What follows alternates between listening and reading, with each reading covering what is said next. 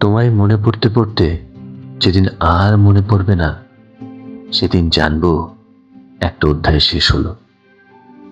যোগাযোগহীনতায় একটা সম্পর্ক কিভাবে ইতি টানলো, সেই গল্প লিখবো তখন সারাটা জীবন ধরে।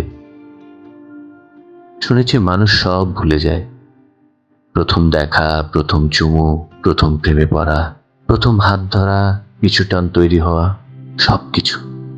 অথচ আমি এখনো তোমায় ভুলবো ভুলবো করেও তোমার স্বপ্ন ছাড়া রাতে ঘুমাতে পারি না। ঘুমের ওষুধ ক্রমে ফুরিয়ে আসছে, এও জানি।